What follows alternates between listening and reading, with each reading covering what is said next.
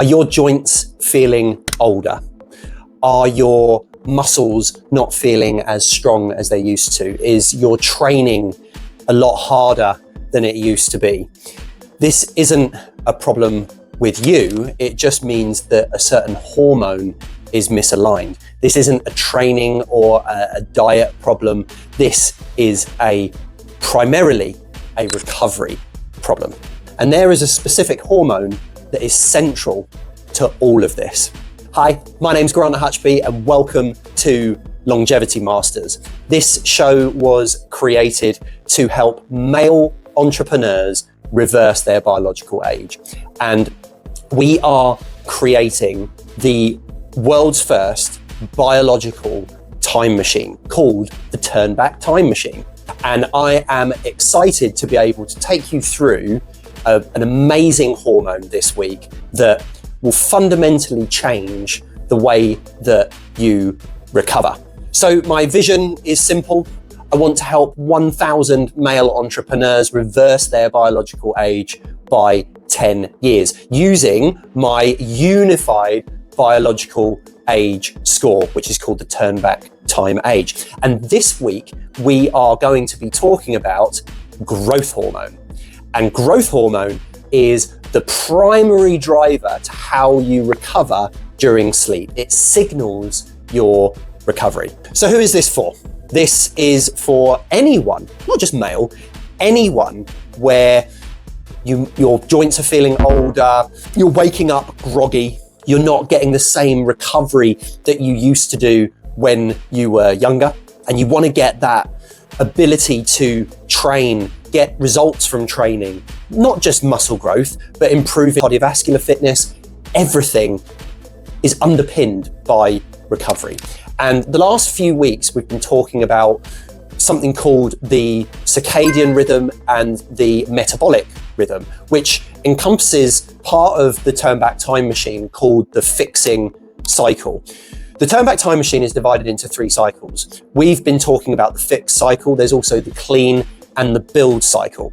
Now, the fix cycle is all about the foundations. You can't move on to the other stages until you get your foundations correct. So far we've talked about cortisol being the awake hormone, which gets you up in the morning. We've also talked about insulin, which helps you regulate blood sugar and therefore fat, so that you're not holding on to too much fat. Namely, obviously, you're looking at your fat that you can see, which is your subcutaneous fat, but also your visceral fat as well, which insulin does support with. The next hormone that we talked about was melatonin. And melatonin is what helps you get to sleep and also what architects the night.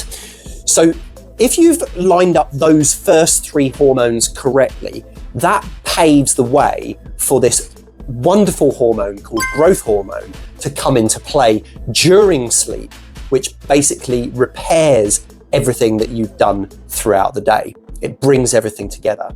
So muscles aren't built in the gym, they're built during recovery. And if growth hormone doesn't activate, if growth hormone doesn't signal the recovery, then it won't happen as well as it should have done with it. So this section on growth hormone is about completing the circadian rhythm and the fixing cycle of the foundations of reversing your biological age. And what I'm going to do now is I'm just going to take you through a little bit of a story of me back a few years where I first started my business. And what I just want to show you is the unconscious sort of knock-on effect of what entrepreneurship does to your rhythms, your cycles, and therefore your recovery.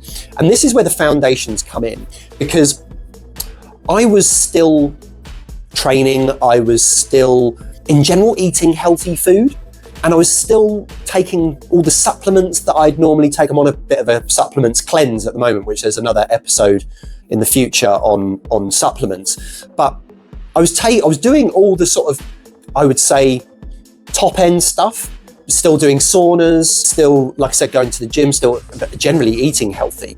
But I was gaining weight, I was getting sluggish, I felt like I wasn't gaining muscle. In some cases, felt like I was losing strength. But I certainly wasn't getting the gains that I wanted to. But the knock-on effect was this. So when you start a business, you really want to put all of your effort into it. And what essentially happened was that gave me no work boundaries. What no work boundaries then did was it led me to doing things for convenience and also defaulting to quick pleasures. So when you have no work boundaries, you sort of get to a point where you need to reset and you default to the easy resets. So doom scrolling on your phone, having some alcohol or a takeaway, something that comforts you. And what I found is it just kept having this compounding effect in the wrong direction. So when I would eat takeaways or when I would have a beer, that would lead to something else. So a beer goes nice with a takeaway goes nice with a beer. And then you turn on the TV and you watch something mind-numbing, or you scroll through your phone and you look at things that just aren't helpful. So what that ended up doing was it ended up throwing things out of sync, because when you drink or you eat things close to bedtime, that then throws off your night. So all of these things from starting business compounded. And the whole point of the fix cycle, so there's 3 cycles of the turn back time machine, which is fix, clean, build. And you can't clean something until you've fixed it, and you can't build on something until you've cleaned it. And what I was essentially doing was I was still cleaning and building, but messing up the whole fix part. And when you mess up the fix part, which is what we've already discussed, so your metabolic and your circadian rhythm, and what your metabolic and circadian rhythm essentially is your diet and recovery. And when your diet and recovery is off, it doesn't matter what training you do. It doesn't matter what supplements you use, what other protocols you go through. While there might be nominal positive effects of still doing those other things, when it's done on top of a foundation that is poor, when you've got poor diet and poor recovery, it all doesn't fall into place, it all fails. So this is the process that I went through, and I couldn't figure out in my head why this was happening. Let me try and explain this in a different way. Looking at a house. If you build a house on poor foundation, it doesn't matter how beautiful it looks, all the intricate things that you've gone into and the specific design and things that you've done within the house to make it look lovely and function lovely. If it's on poor foundations, it won't stand the test of time and it will eventually crumble. And that's essentially what I was doing. I was still training, I was still eating enough protein, I was still doing my supplements, taking all the supplements that I needed to, but I'd lost track of how I manage my light exposure, how I put things into my body, or what I put into my body 80-90% of the time. The things that I do close to sleep, which is fundamental for recovery. So those foundations, because they were wrong, it meant it didn't matter what I did on top of it, all these great things that I was doing on top of it, eventually it was going to crumble. And that's exactly what happened. My weight spiraled, I wasn't making any progress in the gym, my energy was crap, I woke up feeling groggy, I was irritable, and then eventually, which is what I don't want happening to anyone listening to this or watching this, is my business started to fail. And it was only when my business started to fail that I looked at everything else and realized, oh shit, I've let this totally go. And in 2023, that was when I started to fix all of this stuff. And it was only when I started to fix all of this stuff that everything started to fall into place. And actually, my training started working. The amount of protein that I started eating was actually recovering me. My body was able to use the protein that I was putting in rather than not be able to use it. All the supplements that I was taking was having a more positive effect because it was being put onto strong foundations where my body was able to utilize it. So my point that I'm trying to say is, don't think because you're training on a regular basis, because you're eating enough protein, because you generally eat healthy, because you take certain supplements, because you do saunas or ice baths X amount of times per week. All of that is great, but only if it's on strong foundations. And growth hormone is the final piece to the foundational part of this entire time machine, this entire biological time machine that I'm building here. So fix your cortisol, fix your insulin, fix your melatonin, and fix your growth hormone. And this concludes your entire foundation that you need to get right. So what is growth hormone? Growth hormone is simply the signal for your body to repair overnight. Growth hormone is released throughout the night when your body is in deep repair. And it can only get that signal when you've set it up correctly. So when you've used your light exposure correctly, when you've not eaten within sort of 3 hours before you go to bed. Growth hormone essentially crafts how well your sleep is going to go, how deep you sleep, how well you recover. And it's those signals to your body that allow your body to, essentially, why it's called growth hormone, allow your body to recover and grow into the person that you want to be. So it repairs the cells and puts them into a better state than they were before, if activated correctly. If it doesn't activate correctly or the signal is off, then what happens is your cells don't repair as well as they should have done, and they don't grow, hence growth hormone. So they don't grow into something better. They either stay the same or inevitably get worse, because if something doesn't grow, it dies. And that's what we need to essentially get better at. So the same goes with the human body. If you're not growing and developing yourselves, then you die quicker. And I know that eventually we probably will die.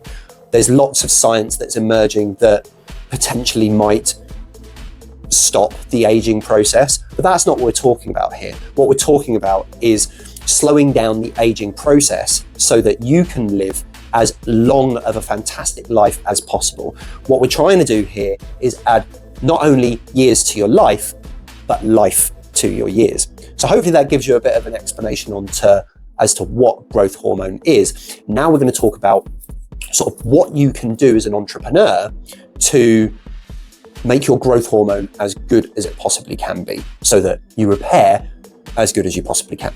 So let's bust some myths here about growth hormone. So firstly, I'm going to give you these in rapid fire, and I'm just going to read them off here so I don't forget. So growth hormone isn't just for bodybuilders. It is for everyone, male, female, doesn't matter what you do in the gym. Growth hormone is important for everyone. Next, you need injections or supplements to get more growth hormone. No, you just need your rhythms to be working correctly. And if you watch some previous episodes, you can see how you can get your rhythms in the right order. Number 3 is more training doesn't equal more growth hormone. The right training will promote growth hormone, but it's not just about doing more, because if you overtrain, that will impair your recovery, because you won't recover as well if you overtrain, because overtraining is training when you're not adequately recovered.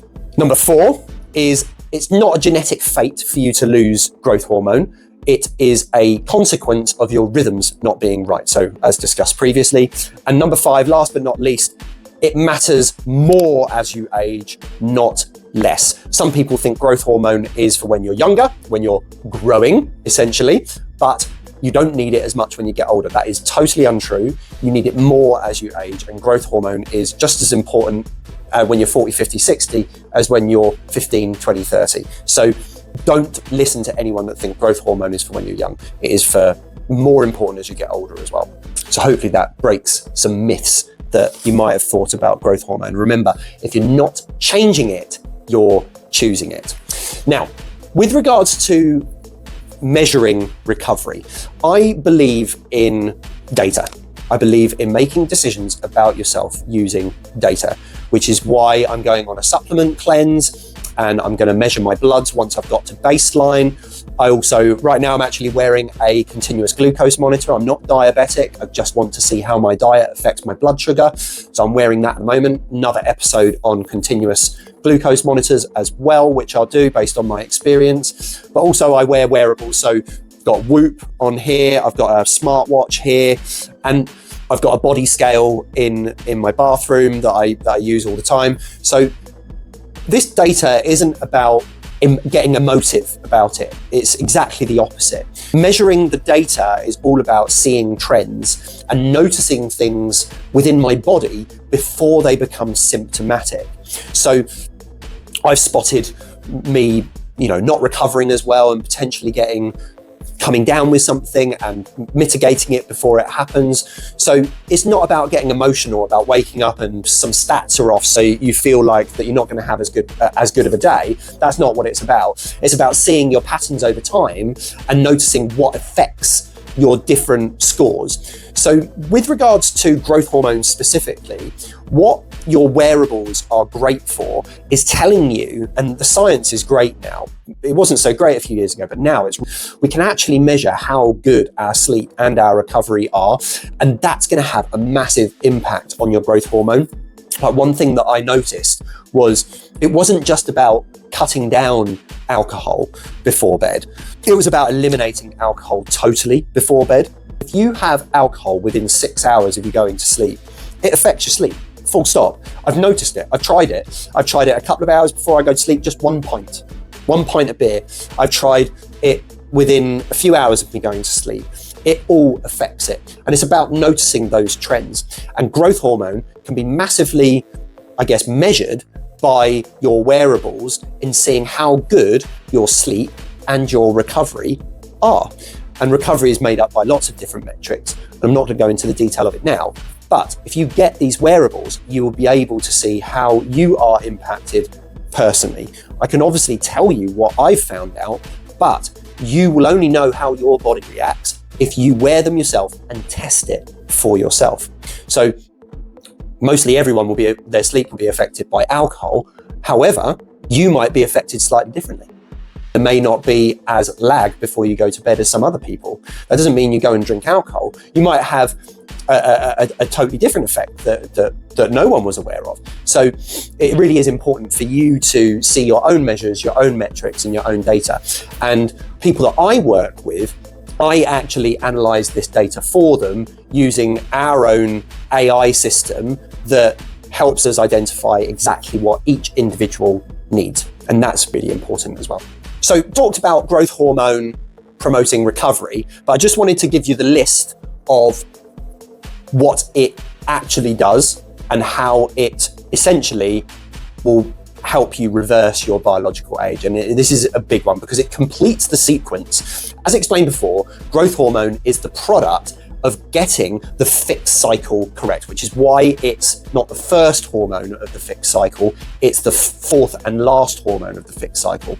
Because like I said, if you get your cortisol right and your insulin right, and therefore your melatonin right, your growth hormone will fall into place. And yes, when you get that right and then you start training correctly with intensity, then that will promote even more growth hormones. So like I said, it's not about more training, it's about intentional training that gets you the right amount of training to promote the growth hormone production when it's supposed to be released in the night to repair your tissues. So growth hormone therefore drives tissue regeneration, collagen turnover. So having collagen in your body when growth hormone is activated is a great thing to have in there.